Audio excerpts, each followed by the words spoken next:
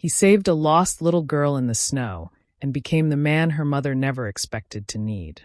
But when a buried mistake from 6 years ago resurfaces, they discover he's not just her hero. He's someone special. Hello family, welcome to True Life Stories. Please subscribe and leave a like for us, it means the world to us. Also share this video to your friends and loved ones and turn on post notifications so you don't miss future videos from us. Thank you as you do so. Sit back and relax as we dive into the story.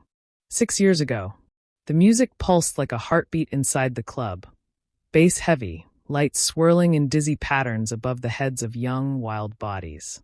Laughter bounced off the walls, mingling with the scent of spilt liquor, sweat, and cheap perfume. The air was electric, full of the reckless energy that only exists when you're young enough to think the night might last forever. Celine was dancing. Her eyes were bright from the alcohol, her cheeks flushed with heat. She'd taken 2 tequila shots with her roommate and was halfway through a vodka soda when someone pulled her back to the dance floor. It didn't matter who. It was about the music, the movement, the escape. For tonight, she wasn't the girl juggling classes and 2 part-time jobs. She wasn't the orphan scraping through college on scholarships and ramen noodles. Tonight, she was just Celine, 20, wild, alive. The club was packed, shoulder to shoulder, and she let herself disappear into the crush of it. Across the room, near the VIP section, Ethan was slouched on a leather couch, nursing a glass of whiskey he didn't need. His button-down shirt was half open, his tie loose, dressed in a way that suggested both wealth and disregard. He was already 3 drinks in and barely hearing the laughter of the girls around him. He wasn't supposed to be here. His father had made that very clear. The Cole name didn't belong in places like this. But Ethan was used to slipping the leash. For a few hours, at least. He'd told his handlers he was with a friend from university, studying for midterms. In reality, he was hiding in a dark booth, trying not to think about the family name, the expectations, the title that waited for him like a prison sentence. He glanced up, and that's when he saw her. Celine had stumbled near his table, bumped by a clumsy dancer. She turned, laughing, trying to reorient herself, and their eyes met. Ethan didn't recognize her. How could he? He'd never seen her before. But something in her smile, unguarded, a little wild, a little broken, hit him like a spark. Celine blinked at the stranger who was staring at her. "Sorry," she shouted over the music. Ethan stood up. "Don't be.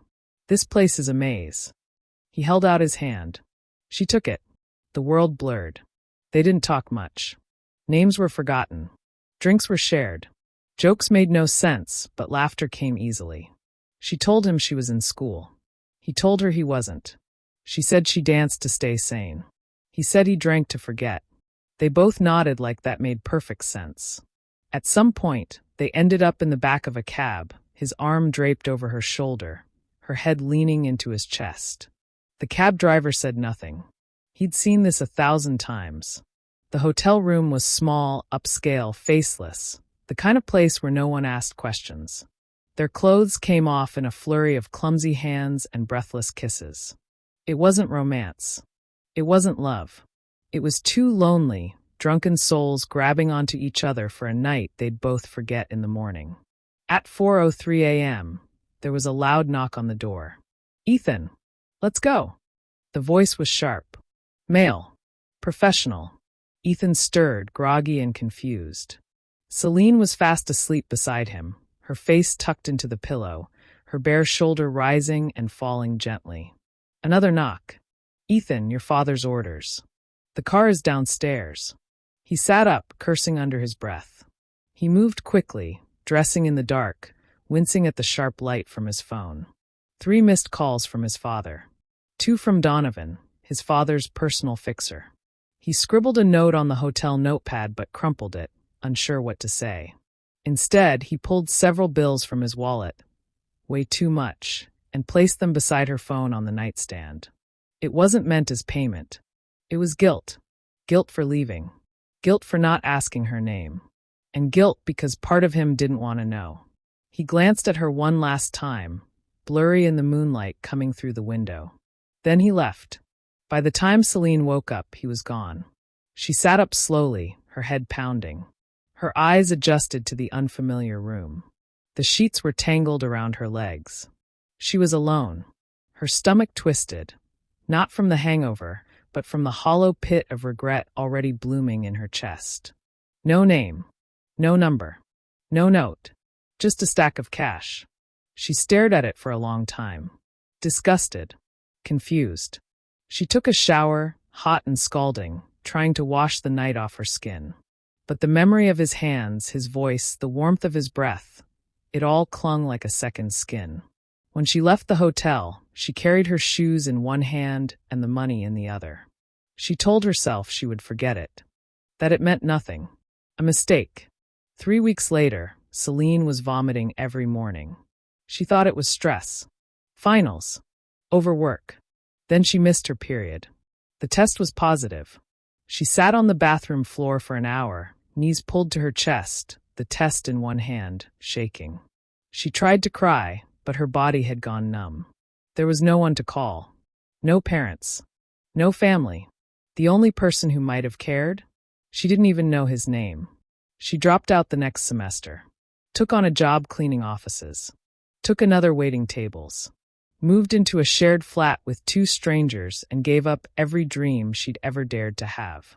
The child grew inside her belly like both a burden and a blessing. She swore she would love her child with everything she had. But she would never forget the night that changed her life. The night that took everything from her and gave her one thing in return. Nadia. The apartment was quiet except for the faint hum of the kettle on the stove and the gentle rhythm of rain tapping against the windows.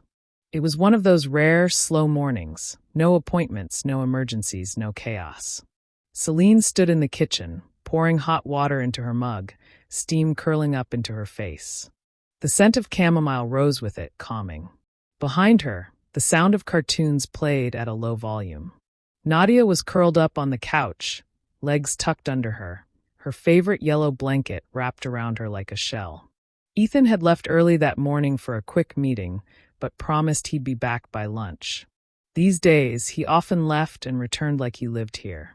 Truthfully, he almost did. His toothbrush was in the bathroom, his favorite coffee beans in the cupboard. Nadia had even drawn a picture of the 3 of them and taped it to the fridge. Celine hadn't removed it. She sipped her tea slowly and glanced at the papers spread out on the dining table. They were enrollment forms. For a better health insurance plan Ethan had insisted on putting Nadia under. She hadn't wanted the charity, but he'd called it a family perk and shrugged like it was nothing. Now she was filling in the details: birth date, allergies, medical history. She reached for the folder she kept tucked in her filing cabinet. Nadia's old medical records, the ones from her first years. Worn. Yellowed. Still neatly kept. She flipped to the bloodwork page from Nadia's birth screening. Blood type AB. Celine frowned slightly. She remembered hers. She was O+. She knew that much because she'd been a regular donor once, back when her life had a little more space for things like that. She looked back at the form, brows furrowing. Wait. O+ couldn't produce an AB child. Not without the right partner. But she had no idea who the father was. Her throat tightened. She brushed it off, a typo maybe. She made a note to call the clinic and kept working. Later that week, Celine was at the free community clinic where she sometimes volunteered, helping file documents while Nadia played in the corner with some toys. She was chatting with Kira, one of the pediatric nurses she'd become close to, when the blood type question came up again. Hey, Celine asked casually. What do you make of a child with AB blood if the mother is O+? Kira looked up from her laptop and tilted her head. Abdash?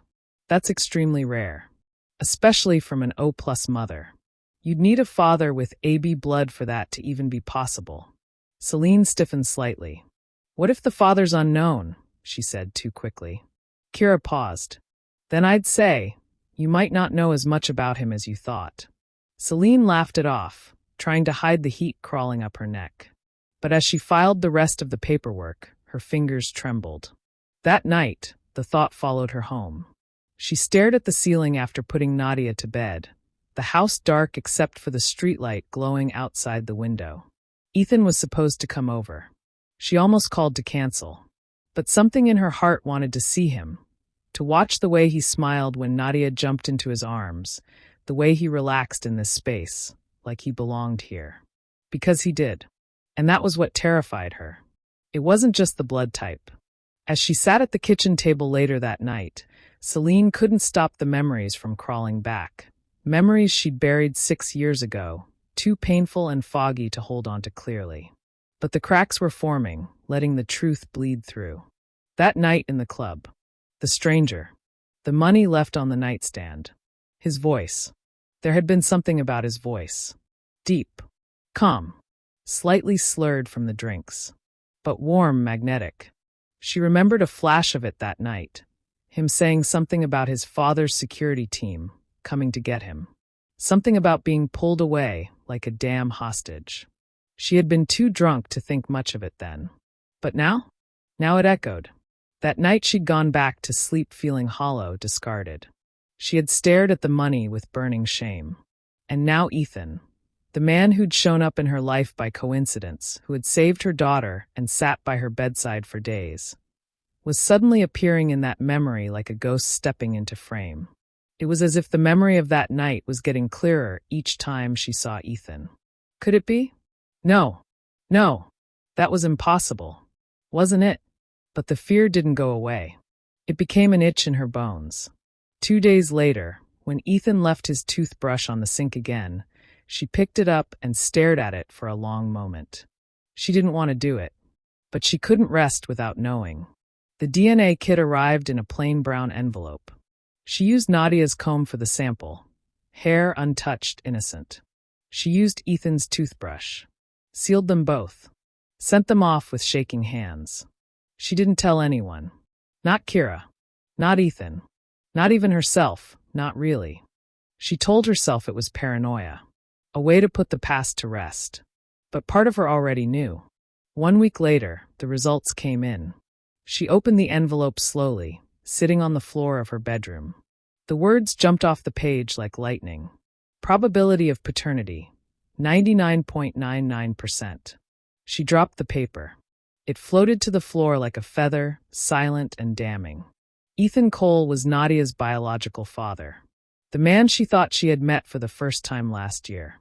The man who had held her hand when she thought she might die. The man who had unknowingly raised his own daughter from the moment she wandered into his life. Celine pressed a trembling hand to her mouth. Her entire world shifted, folding in on itself. What had begun with snow, now burned with revelation. And the truth was no longer buried. Celine didn't sleep that night. She tried. She lay in bed, eyes closed, body still. But her mind was a flood, images, memories, timelines crashing against each other. The hospital, the blood work, the way Ethan looked at Nadia, the first time he held her hand, the way Nadia beamed when he walked through the door. All of it twisted together now under a single truth. He was her father, and he didn't know. Celine sat on the edge of the bed, the DNA results folded neatly in her lap. She stared at the paper like it might change if she looked long enough. But the numbers didn't lie. 99.99%. Not a chance. Not a maybe. Ethan Cole, the man who had saved her, protected her, stayed when no one else did, had also, unknowingly, walked away 6 years ago after leaving a young girl with nothing but a wad of money and a broken sense of self. She hated him for it. She couldn't hate him for it. She didn't know how to feel. By morning, she had washed her face 3 times but still felt raw. Nadia was already up, humming as she colored at the kitchen table. There was jelly on her cheek. She wore mismatched socks again, something Celine would usually fuss over. But this morning, she couldn't bring herself to say a word. "Mommy, is Ethan coming over?" The question made Celine's stomach drop. She cleared her throat. "Maybe later." Nadia looked up, head tilted. "You okay?" Celine forced a smile. "Yeah, baby. I'm just tired." She was more than tired. She was splintered. Later that afternoon, she took a walk. The spring air was warm, the sky clear, and the streets buzzed with weekend life. Couples pushing strollers, students lounging in parks, kids riding bikes. Celine walked without a direction, the DNA results folded and tucked deep into her jacket pocket. She wasn't sure if she was running from the truth or carrying it like a grenade.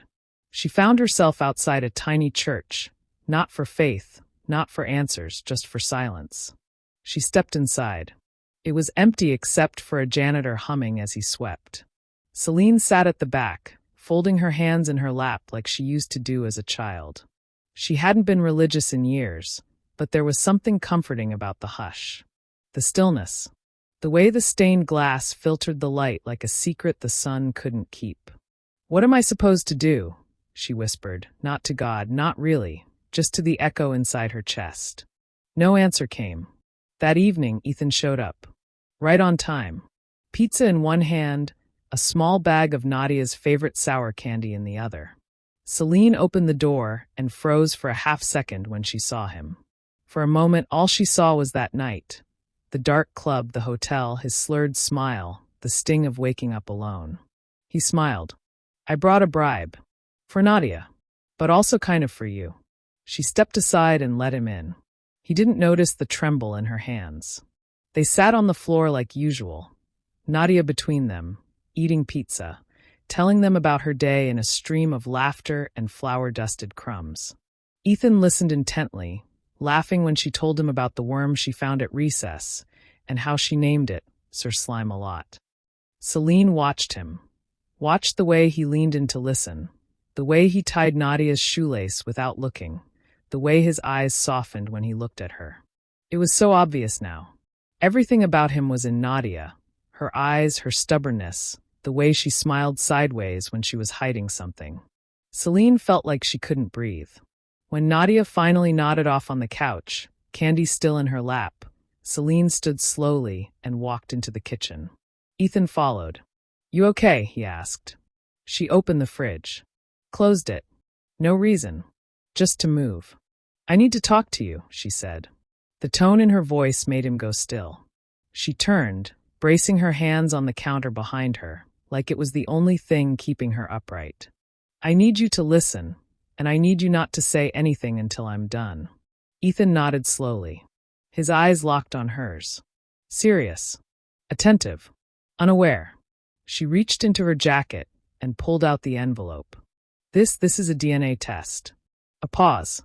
"Between you and Nadia." His brow furrowed. "What?" he said. Half a laugh.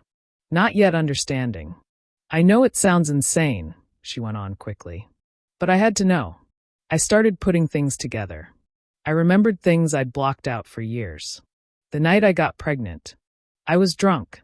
The guy left before I woke up. All I had was a memory of him saying something about his dad sending people to get him. Security. Money. I never knew who he was." Ethan's face went pale. "And now you think." "I don't think," she said, cutting him off, her voice cracking. "I know." She stepped forward and pressed the test into his hand. He unfolded the paper. His eyes scanned it. And then he stopped breathing. Celine watched the shock break across his face like a wave. Confusion, denial, disbelief. Then something deeper.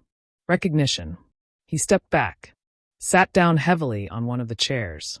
The silence between them felt like thunder.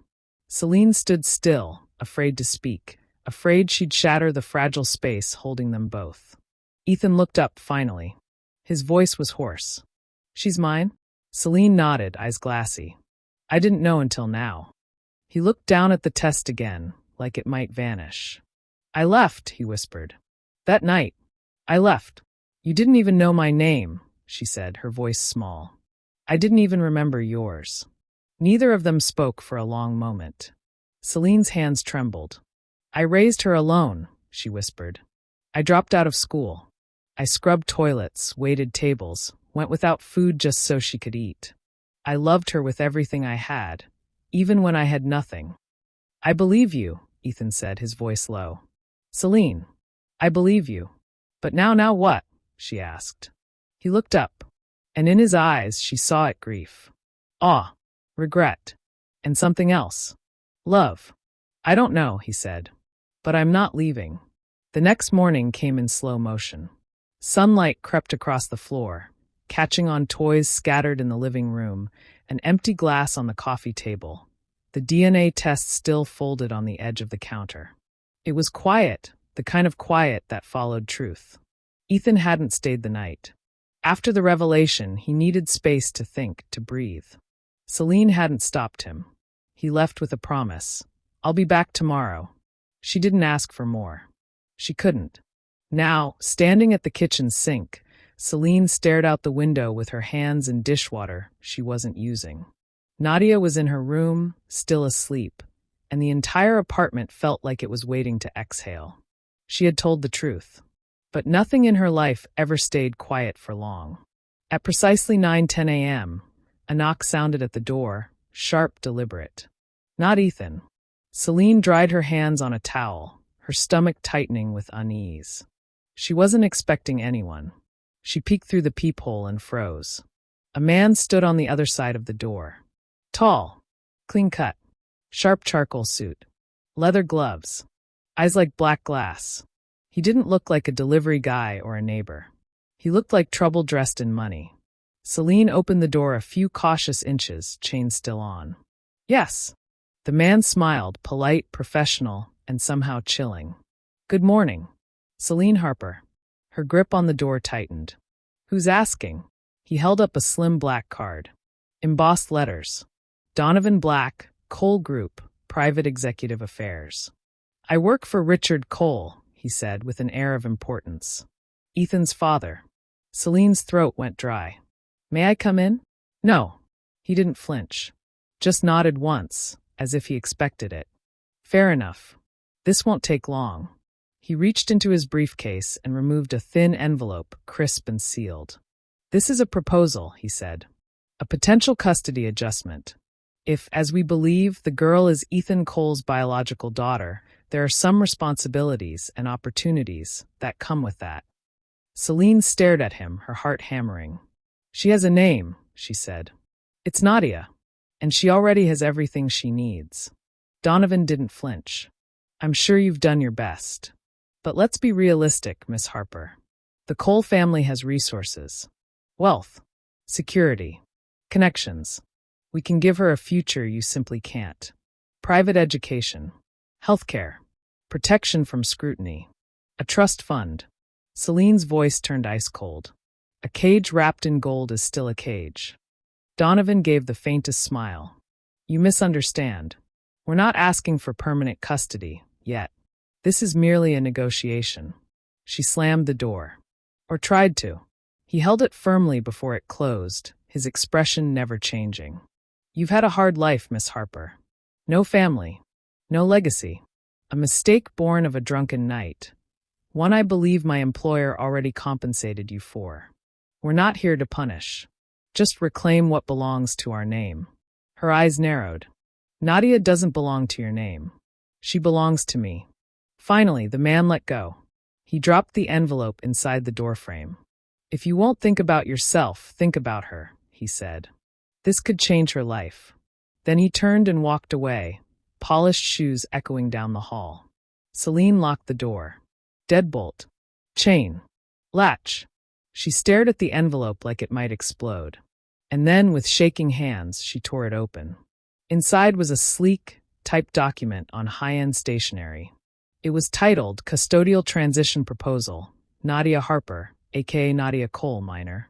Her knees nearly buckled at the name. The document offered financial support, full tuition, medical coverage, a monthly allowance for Celine. In exchange, Nadia would be placed under shared guardianship with oversight from the Cole Family Legal Board. Ethan was named, but in the fine print, it was clear who controlled the decisions: Richard Cole. The final page included a non-disclosure agreement and a line for Celine's signature. At the bottom, "We trust you will make the right decision for your child." That night, Celine didn't sleep. Again. This time, it wasn't fear of what she didn't know. It was fury over what she now did. They saw her daughter as property, as a legacy, as a Cole. They had dug into her life, watched her, investigated her, and now they wanted to erase her. The next morning, Ethan returned. Celine was waiting. Before he could knock, she opened the door and threw the document at his chest. He caught it, surprised. "What is this?" "You tell me," she said. "Your father sent someone to my door. Offered me money for custody. Called Nadia an asset." Ethan looked down at the paper, then back at her. "I didn't know," he said. "I swear to you, Celine. I did not know." "Then what do they think they're doing?" she demanded. "He sent a man, Ethan. To intimidate me. In my home. Around my daughter." Ethan's jaw tightened. "Donovan Black?" "Yes." He cursed, low and furious. "He's my father's fixer. I should have seen this coming. The second I walked away from the business, I stopped being useful to him." "But Nadia is not a bargaining chip," Celine said. Ethan looked at her. His expression changed. Not just hurt. Protective. "Let me handle this," he said. "No," Celine replied. "We handle it. Together." There was a pause. Then Ethan stepped forward. "She's ours, Celine. No board. No legacy. No deal." He reached for her hand, holding it between both of his. "And I won't let him take her. Not now. Not ever." Celine stared at him, every muscle tight with emotion. Then she nodded, and for the first time since the truth had surfaced, they stood on the same side. The next day arrived under a thick clouded sky, gray and heavy like the air before a storm. The envelope from Richard Cole still lay on the dining table, unopened again, though Celine had read its contents a dozen times. Each word had burned into her memory, every coldly crafted line a fresh insult. Transition proposal, asset potential, mutual benefit, inheritance protocol. Now it sat there untouched, while Nadia played with crayons a few feet away, humming to herself, innocent to everything. To the power struggle building around her. To the legacy clawing at her future like a stranger with a mask and a contract. Celine could barely breathe under the weight of it. Across the apartment, Ethan stood by the window, his phone in his hand, pressed to his ear. "I don't care what the board says," he said, voice low but razor-edged. "This isn't about a merger. This is about a child. My child." A pause. The person on the other end said something long-winded and cold. Probably a lawyer, or worse, a Cole family executive used to dismissing emotion like weakness. Ethan's face hardened. "I'm not asking for permission. I'm telling you. If anyone from my father's circle approaches Celine again, there will be legal consequences.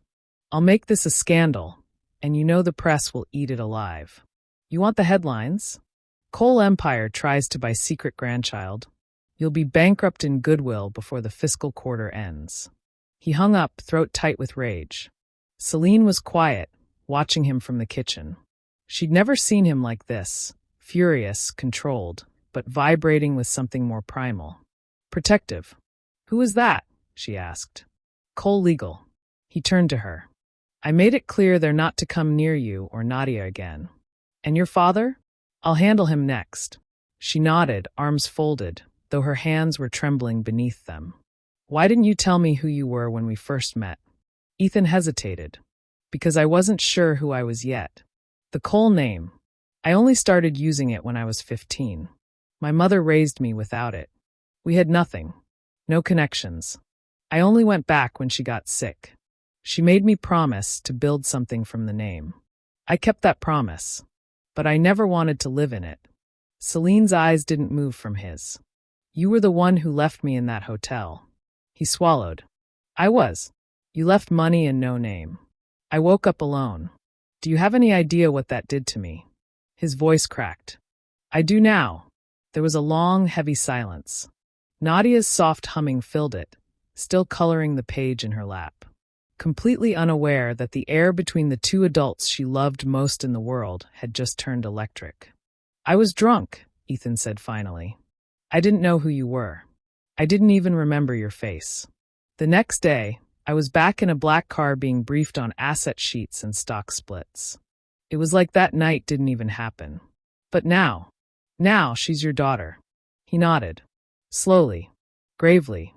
"I don't want to lose her, Celine." "You were never meant to find her," she said, pain in her voice. "I raised her thinking I would always be the only one. That I'd carry this alone forever. And I did. And I still would. But she walked into your world, and now you're in hers, and none of us are the same. I want to be her father, he said. Not because it's my right, or because the Cole name suddenly gives me permission, but because I already am. In every way except the truth. Celine stepped forward. Just one step. Enough to make him hold his breath. I need to hear what you want, Ethan. Not what you're fighting against. What you're fighting for. He looked down at the floor for a moment. Then up again, eyes fierce, clear. I want to be the kind of father she can count on. I want to be there when she loses her first tooth. When she makes a volcano for science class. When she gets her heart broken. When she falls in love with something wild and impossible. I want her to know she's not alone anymore. Ever. Celine blinked hard. Her arms slowly dropped to her sides. And me? She asked, so softly it nearly wasn't there. His eyes didn't leave hers. You too. There was a pause that stretched between them. Heavy. Fragile. Then Nadia looked up from her drawing. Mommy, she asked. Why are you and Ethan being quiet? They both turned to her. She was holding up her drawing, a stick figure family. 3 people. 1 tall. 1 with a bun. And a little girl in the middle, with a big smile and a crown. I drew us, she said proudly. Celine covered her mouth. Tears blurred her vision. Ethan knelt in front of her. Can I ask you something, Nadia? Okay, she said, swinging her legs. He looked at Celine, who gave a small nod. Then he turned back to the little girl who had changed everything. Do you know what it means when someone's your real dad? She blinked. Like a real one? Not a movie one. He smiled. Yeah, like someone who's part of your story from the very beginning. Like a superhero origin story? Exactly like that. Nadia thought about it. Are you my real dad? He nodded slowly, his voice breaking. I am. Nadia tilted her head. Like forever? Forever. She was quiet for a long moment. Then she crawled into his lap and hugged him around the neck. I already knew, she whispered. Celine let out a sob. Ethan held his daughter for the first time knowing.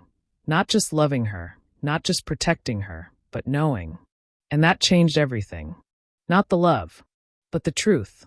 The Cole estate stood like a fortress on the hill, glass, stone, and steel rising above the city like a monument to power. It wasn't just a house, it was a statement. Every sharp line, every manicured hedge, every whispering camera embedded in the gates screamed one message. Control. Ethan hadn't been here in nearly a year. Not since the last board meeting where he refused to take his father's seat as permanent CEO. Not since he'd started spending more time in the quiet corners of Celine and Nadia's world, where the floor was sometimes sticky with juice spills and the couch cushions never quite stayed in place, but where life actually lived. He pulled into the circular driveway in a nondescript black sedan. No chauffeurs. No guards escorting him in this time. He walked up the steps slowly, each one heavier than the last, like his feet were dragging chains. The door opened before he knocked. Sir, said Donovan Black, calm and cold as always. Ethan brushed past him. Where is he? Waiting in the study. Of course he was. The study hadn't changed in 10 years. Floor-to-ceiling bookshelves. Leather chairs that looked like they'd never been sat in. A decanter of scotch aged enough to have a voting record. And in the center of it all sat Richard Cole, immaculate in a gray suit, a sapphire pin on his lapel, the symbol of the Cole dynasty. His back was straight, his expression unreadable. He looked up only when Ethan closed the door. Well, Richard said. I expected you sooner. Ethan didn't sit. You sent someone to threaten Celine. I sent someone to offer her a future. You sent a lawyer with a contract that called her daughter a potential asset. That's not a future. That's a buyout. Richard didn't blink. I assumed you would understand the need for structure. For control. Ethan stepped closer, voice low but sharp. You're talking about my daughter. Not a merger. Not a trademark. A little girl. One you tried to erase before she was even born. Richard rose, slow and deliberate, like a cobra uncoiling. I did what I had to do, he said. You were 24. Out of control. We found you in a hotel room with a stranger, and no recollection of the night. I sent my men to remove you before your foolishness became a headline. You didn't ask who she was. You didn't know who she was. She was pregnant. Richard's jaw tightened. A flicker of something in his eyes, not guilt. Annoyance. And if she had come forward then, Richard said coolly, I would have handled it with discretion. A private settlement. A quiet arrangement. But she didn't. She chose silence. Now that child exists, and so do consequences. Our name is a legacy, Ethan, not a sandbox. Ethan stared at him. That child is the best thing I've ever done, he said. She isn't a coal product. She isn't a PR problem. She's mine. Richard raised an eyebrow. Which is why I've provided a path for shared custody. Resources. Guidance. Her life could be extraordinary. Her life already is. On a waitress's salary? In a rented apartment? Be serious. Ethan's voice shook now, not from fear, but from fury barely contained. That waitress is stronger than you've ever been. She raised my daughter by herself while I built empires and didn't even know. She didn't take your money. She didn't sell her soul for a name.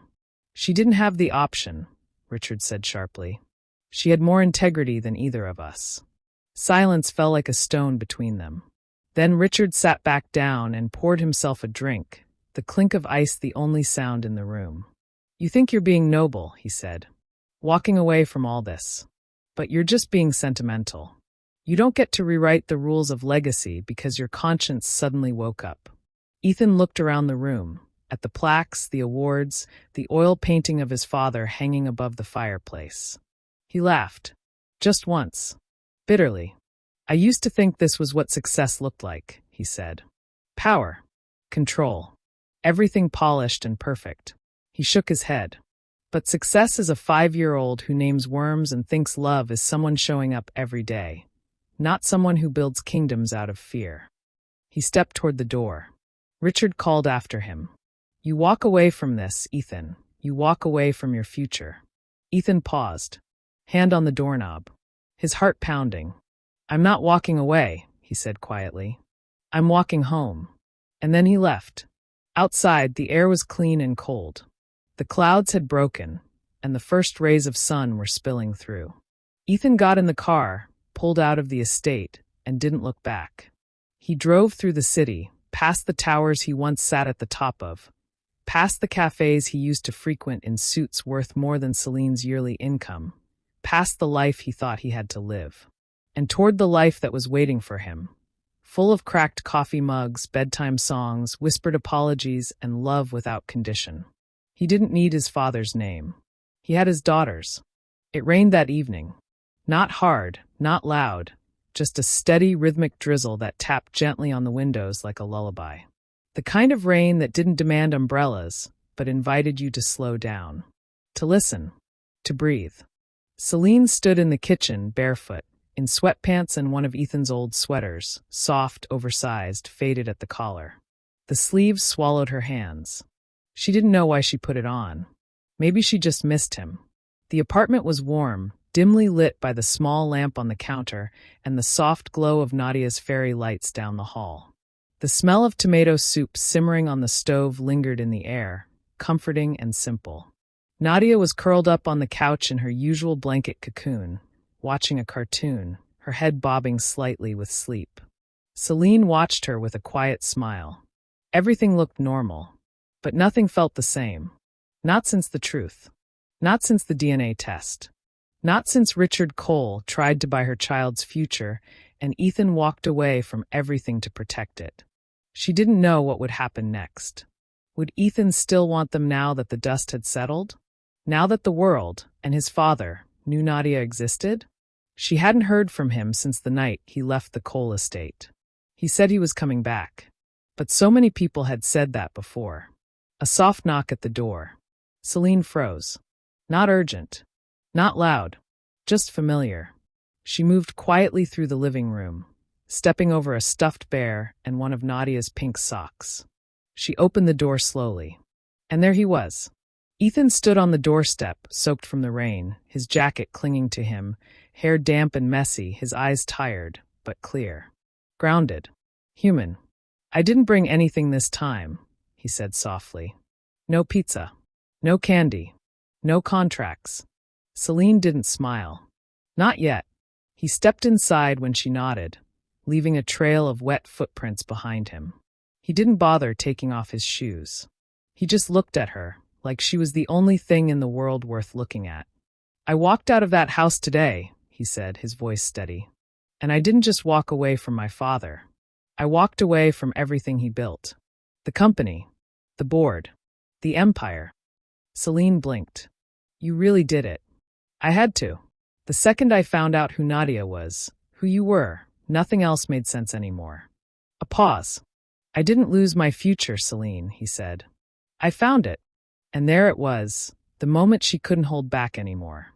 She walked up to him slowly, then carefully, like approaching a fire you're afraid might go out. And then she wrapped her arms around him. He held her like he'd been waiting to his whole life. For the first time, it wasn't about rescue. It wasn't about guilt. It wasn't even about redemption. It was about choice. Two people who had lost themselves, who had raised walls and buried wounds and spent too long surviving in silence. Finally choosing each other, not in spite of their history, but because of it. Later that night, Nadia stirred on the couch. She blinked groggy and rubbed her eyes. Mommy. In the kitchen, baby. Nadia slid down off the couch and wandered in, dragging her blanket behind her like a cape. When she saw Ethan, her face lit up. You came back, she said. He crouched down. I told you I would. She walked up to him and whispered, Can you tuck me in? Ethan swallowed. Yeah, of course I can. He picked her up, a little heavier than before, but still light enough to cradle, and carried her down the hall. Celine followed behind quietly, arms folded, her heart full. He laid her in bed, pulled the covers up to her chin. Nadia reached out and took his hand. Are you going to stay this time? She asked. He nodded.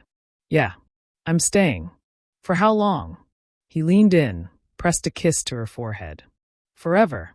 That weekend they went to the park. Nothing fancy, just slides and swings and sticky fingers from melting ice cream. Ethan watched Nadia race to the top of the jungle gym, arms stretched out like a superhero. She's fearless, he said, eyes following her. She gets that from you, Celine replied. He looked at her, surprised. You think? I know. They sat on the bench together, side by side, fingers brushing until they intertwined. There were still things to figure out, custody paperwork, school meetings, financial plans. The outside world hadn't changed. But they had. There was no more pretending. No more secrets. No more waiting for the other shoe to drop. Just three people, stitched together by fate, sealed by truth, and held together by a love that refused to break, even when everything else had. Weeks later, Celine stood in front of a lecture hall, not as a student, but as an invited speaker at a local college. Her story had begun to spread, not the sensational version, but the honest one, about struggle, single motherhood, love, and resilience. She glanced into the audience and saw Ethan in the back row, Nadia sitting on his lap, chewing on the end of a pencil and whispering, Mommy's winning. Celine smiled. Yes, she was. We have come to the end of the story. I hope you enjoyed it. Leave a like and subscribe to my YouTube channel for more interesting stories.